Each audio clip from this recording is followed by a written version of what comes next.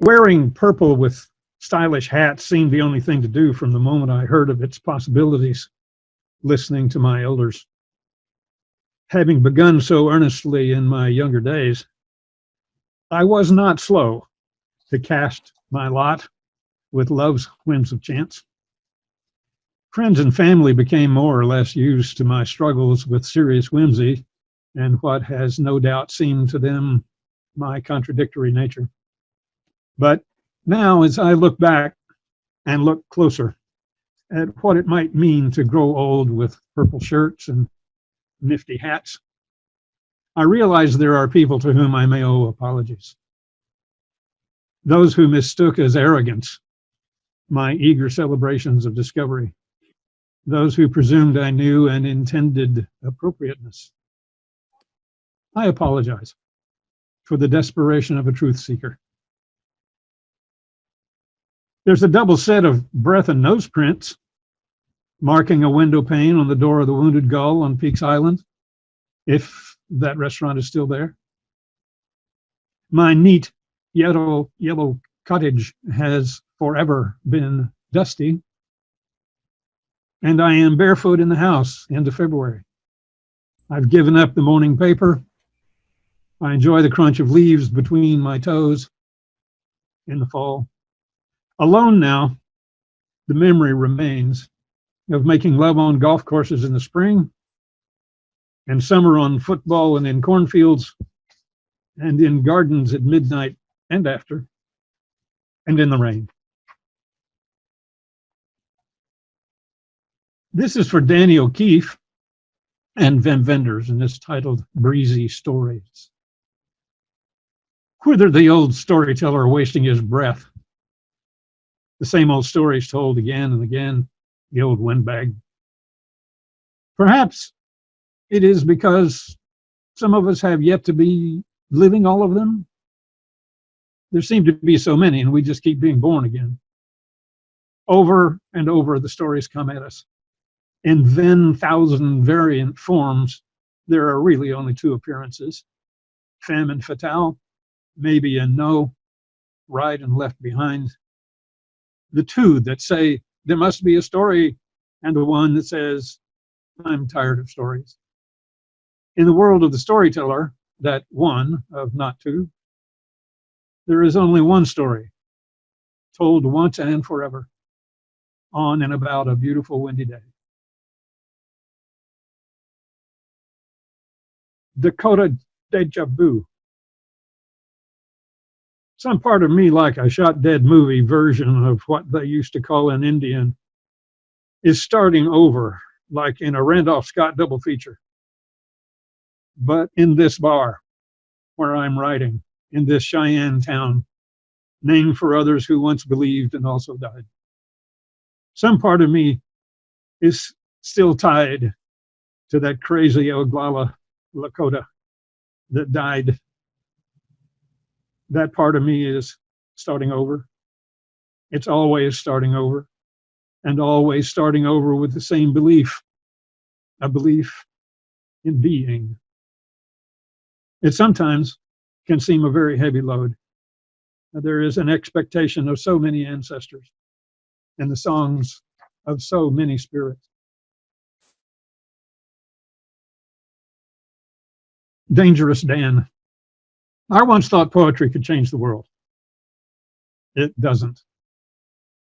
Sent with good intentions out there on the road to hell, if one happens to get past the daily censors, starting a little fire, causing a little tiny dust up someplace, they just shoot you full of their own version of venom, as if to top off your antidote with more disease. The only reason to write a poem is to cure yourself. Maybe that's why poetry is so dangerous. Speaking of poets, shall I now a poet be? And what's the word for the sound that belongs here of a rather derisive snort? What good are words? As tools for the search I am undertaking, all they do is turn up other words. In other words, they are but means and it is the end I seek. I'm too much the anthropologist, I guess.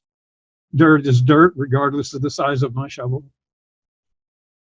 To seek at all is pretense, notwithstanding past tense. As ghastly as any tomb's content is this: pretending I am lost, so to conspire a search that presumes something needs to be found I have not. How does one write a poem about silence? One does not write a poem about silence. All poems are about silence.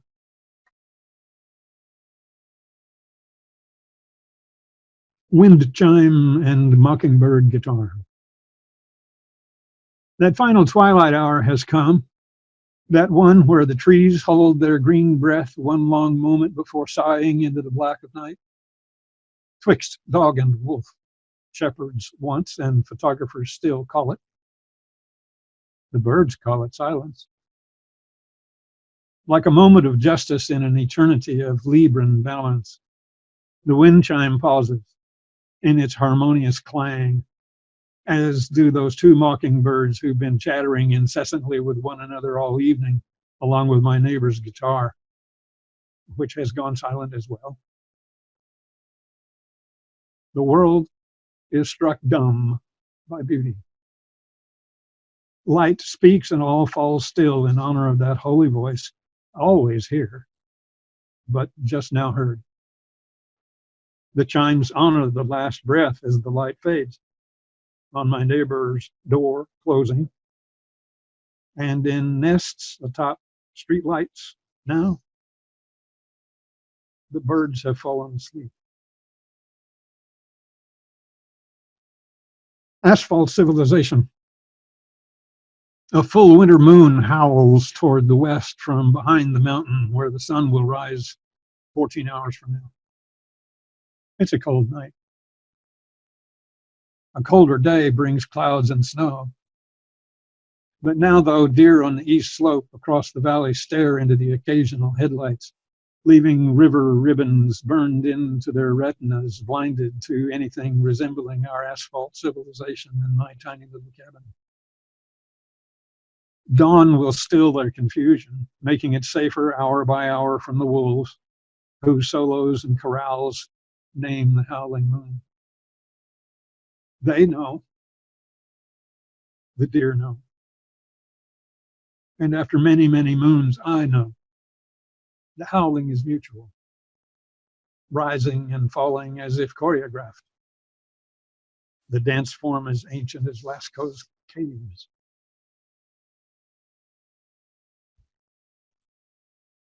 Newly acquired familiar. Saw a man today. In between he was where I am and where I was once, some time ago.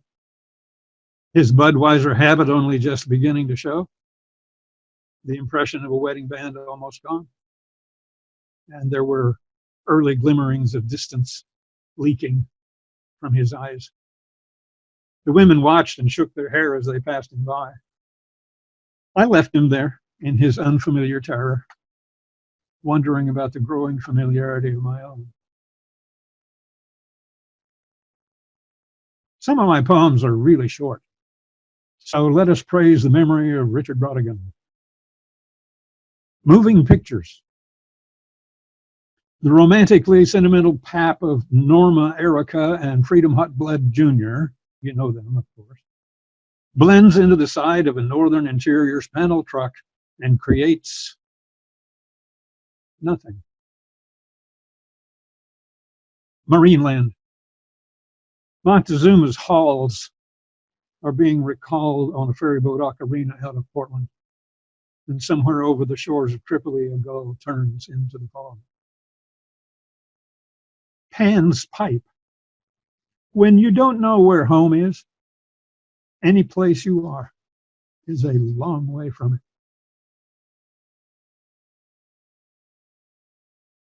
Turns out I love New England, particularly Maine, and even more particularly her islands. from whence these last four pieces emerged. Time-lapsed, grizzled gray old man, ball-capped, beak-nosed and silent, listens to a tune in his head, contemplating his coffee, keeping time with his thumb on the rim. Woolworth waitress, wrapped in today's winter coat sale. She will take him home. Absence, rising at 9:27 in the morning.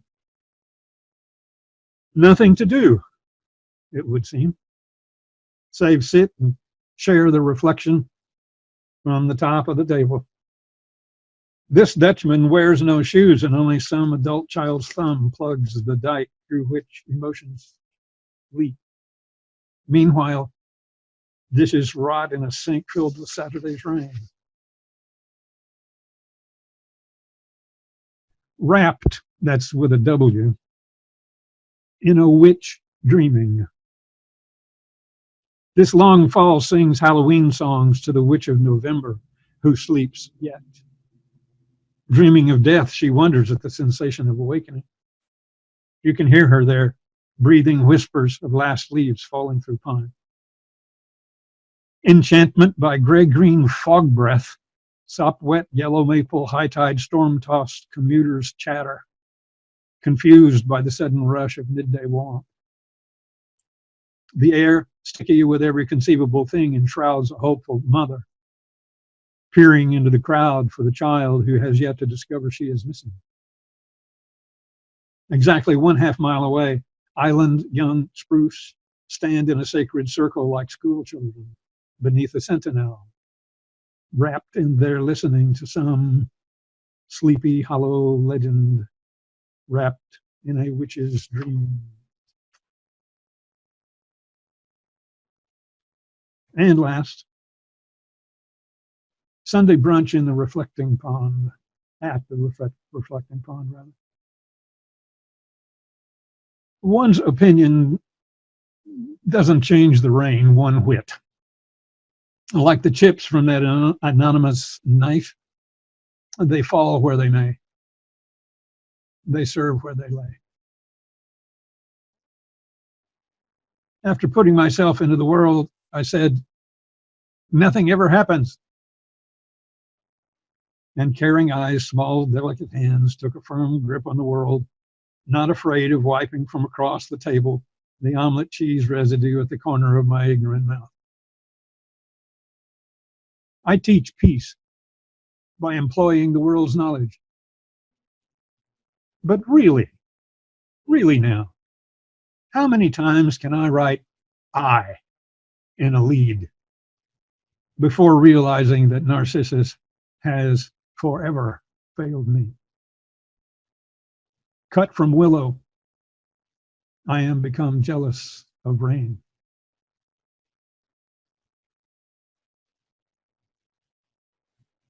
Thanks for your attention.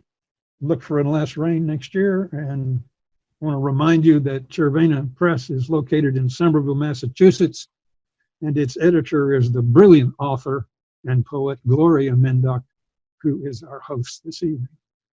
Thank you. Thank you, James. Let's give him an applause. Yay. Yay. That was lovely. So our next reader is David G. Walker, and his manuscript that'll be coming out this year is called Ifs, Ifs, Ifs. And I'm really excited to have you here tonight. And if you could also, before you start reading, talk about your magazine some so that people know about that. Yeah, sure. All right. Yeah, first I want to say thank you, Gloria, for having me on this and for finding a way to sort of be able to celebrate your authors and your press in this strange time that we find ourselves in right now. I think what you put together is just wonderful. So I really thank you for having me a part of it. And yeah, what you were talking about, I run a literary magazine called Golden Walkman Magazine. And it's a magazine that's in the form of a podcast. So it's all audio. And Gloria actually guest edited 1 month of our themed issues this past year, and did a wonderful job putting together a themed issue around the theme of atrocities. And it's wonderful. So thank you for being a part of that. Thank you for having me. And yeah, I guess we'll just get to this. This is strange. I'm used to, when I do readings, having more of a face-to-face thing. So yeah. Okay, so we're going to start off with a strange poem that I just like reading because it's funny, and it's a good way to start off. So I think anyway. This poem is called If the Wind Changes, or Dead Leaf Poem. The leaf said, "Don't come any closer. I'll do it." The other leaves swayed. That's it. He was not meant for this world. Or maybe the world was not ready to find meaning in him. Whatever the case, he jumped. It was a graceful plunge, the leaf police would later report to his leaf wife, filled with many ascents and crescent-shaped falls. A lovely eulogy was interrupted by his alcoholic leaf cousin when he vomited on the casket, meant for symbolic purposes. The casket, not the vomit.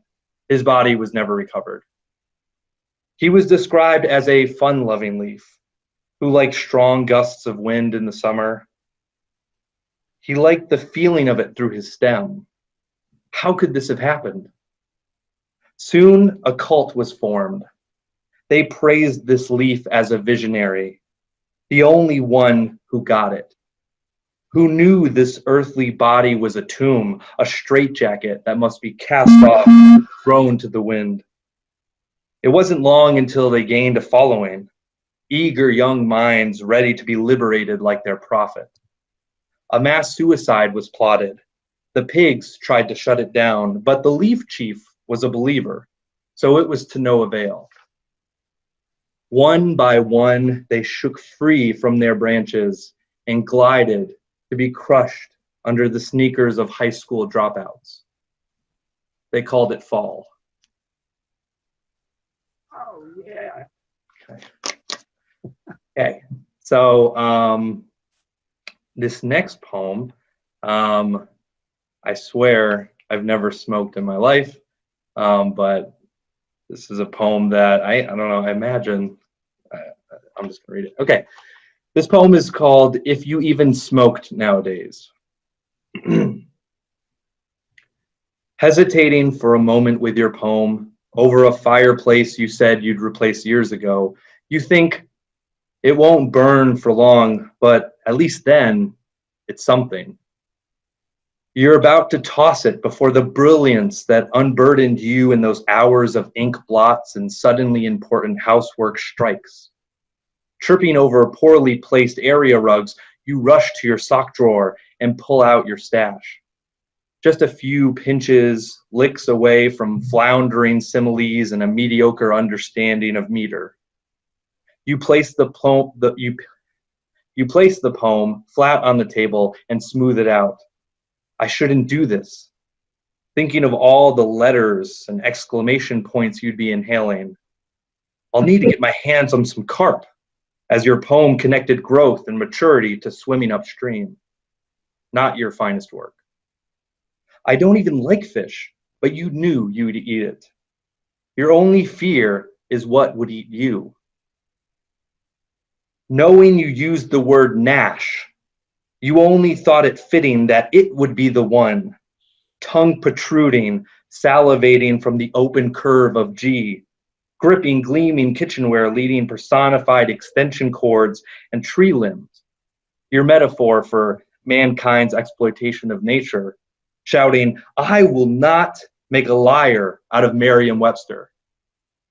So you decide against it.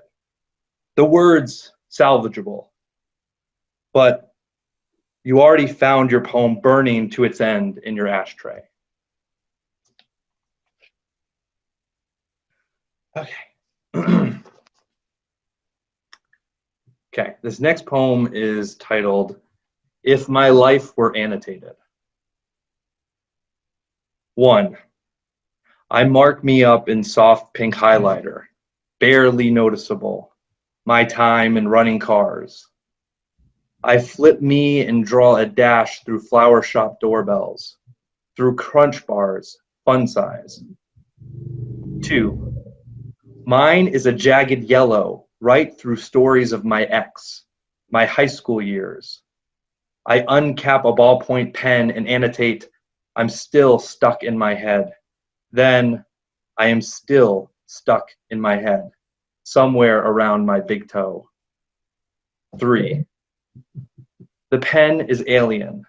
I spend most of my time knifing in and out of excerpts of Blue's Clues and my family's fake Christmas tree, inserting branches in one by one. There's a curious notation I can't make out on the years concerning my half-sister's conversion to Jehovah's Witness. 4. I am riddled with coffee rings and sticky notes. I am giddy, ink poisoned. I am the stuff of dissertations. Lines from my childhood to snow angels at 22 traverse my back, lying waste the curvature of my spine. I am drawing connections to Joyce, Milton, and Faulkner, comparing my escapades to Don Quixote, my resolve to that of Ahab. The tragedy of my life is covered in a number of Shakespeare's plays. 5. I have never had the chance. I never let myself alone in a room with a broad table and appropriate lighting, afraid what I'll find with an arsenal of pens, highlighters, and whiteout, marking up the years of my life and marking up the years of my life and fracturing them to fragments I stitch to make a Frankenstein of me.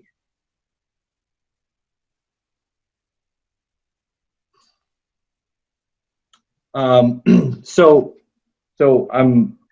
that poem there was kind of my sort of attempt to deal with what I went through in high school a lot, which was like I had a lot of social anxiety, and I would really sort of just pick apart my life in lots of different ways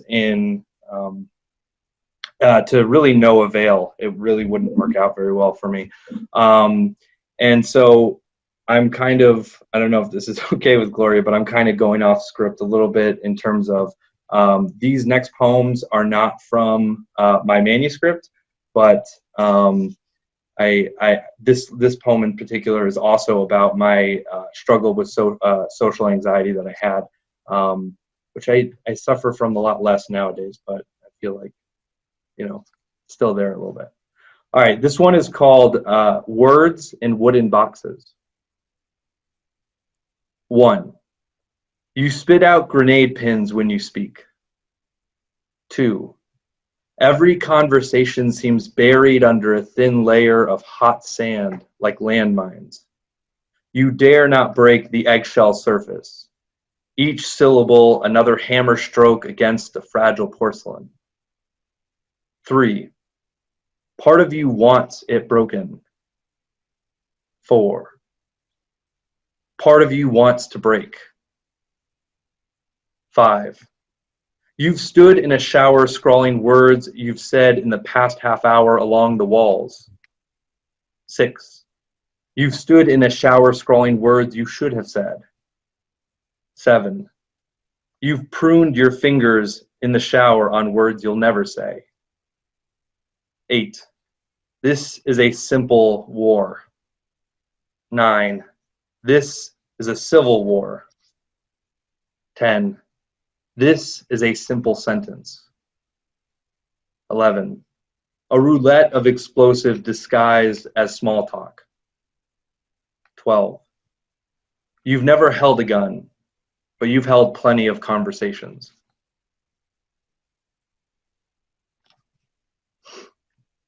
Okay, so I'm gonna shift gears a little bit, because that was, But this one's funny again, so I'm going to go back to funny. I like this one. So this is all over the place.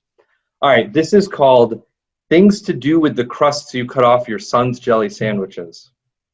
Well, I'm realizing I'm reading a lot of list poems. I'm sorry. Okay, here we go. Number 1. Throw them away, but you hesitate. Your newly acquired Catholic guilt reassuring you that waste is another of the deadly sins. A less popular one, but no less lethal. 2. Eat them, even with your gluten allergy. Days writhing on the bathroom floor is enough suffering for a clean conscience, you think. 3. Ship them overseas.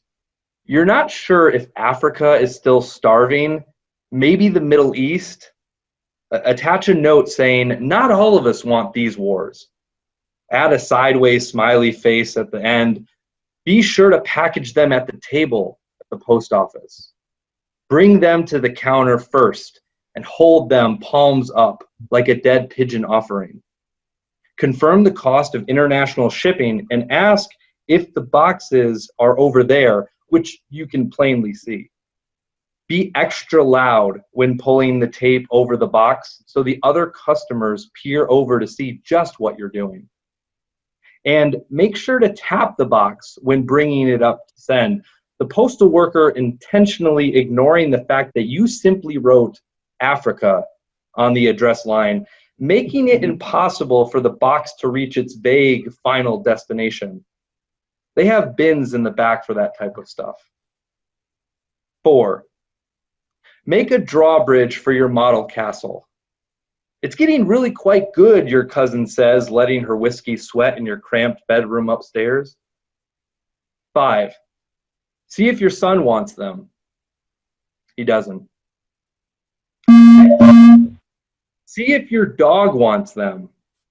Your wife hasn't trusted you to feed your dog since you left a candy bar in your back pocket 2 years ago. You didn't even know they could pump dog stomachs.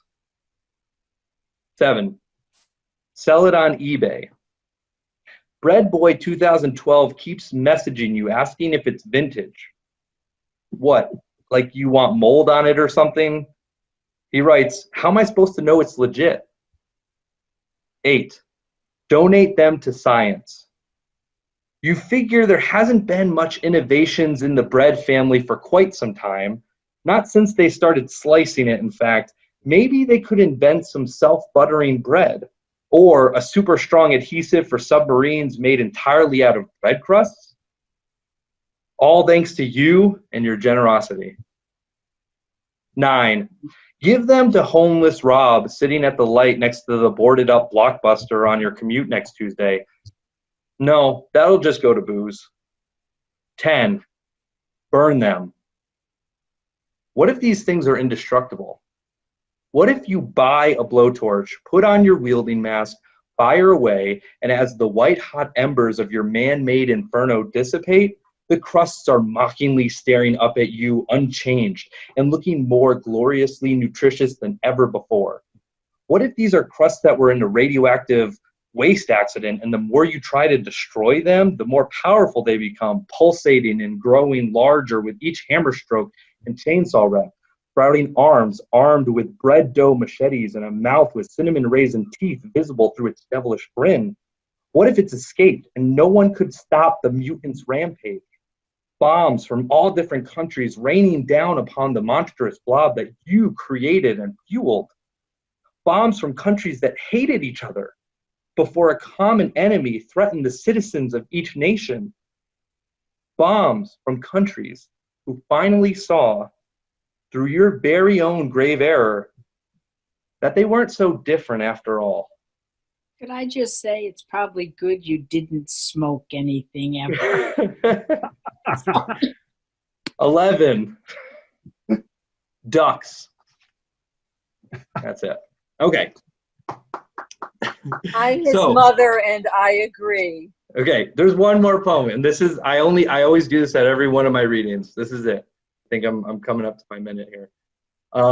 This is I always at all my readings I read the last poem I ever wrote, the most recent poem. That sounded dark. Okay, the most recent poem I've ever written. Okay, so this is my last poem of the reading, and I thank you again, and I thank James for setting us off right, and that whole comment about coloring outside the lines. I loved it. I feel like that's what I do.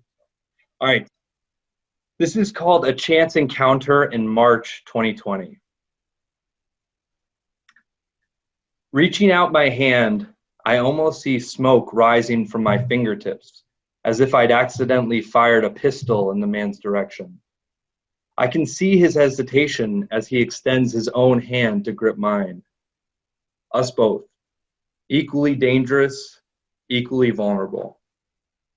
His kids sit in a traditional red wagon, always behind him.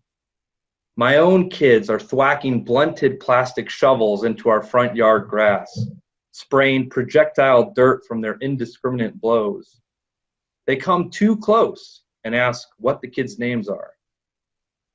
This man is a teacher, like me, homebound and in need of airing him out.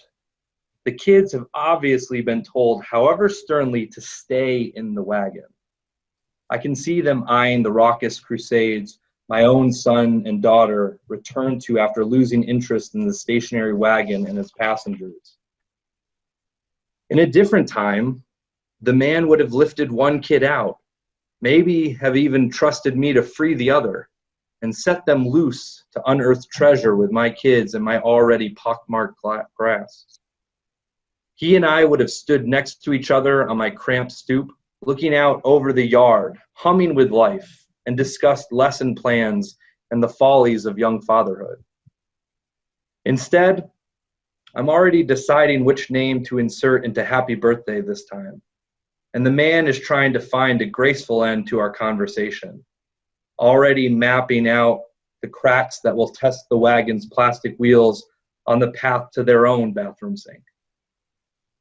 And my kids' rowdy play screams are getting clapped out in this overcast, dense spring air, barely reaching the sidewalk where the man and his kids had accidentally stopped. That's it. Thank you. I don't know if you can hear fireworks outside I here. can, yeah. Sorry, I can't help that. Yeah, no. It's been like nonstop. But thank you so much, James and David. And what I love about your work, it is outside the box. And to me, that's very exciting. And I can't wait till both the books come out. And I can't thank you enough, really. Thank you. Thank you. I want to buy Dave's book as soon as it's available. Pardon? I couldn't hear you, James.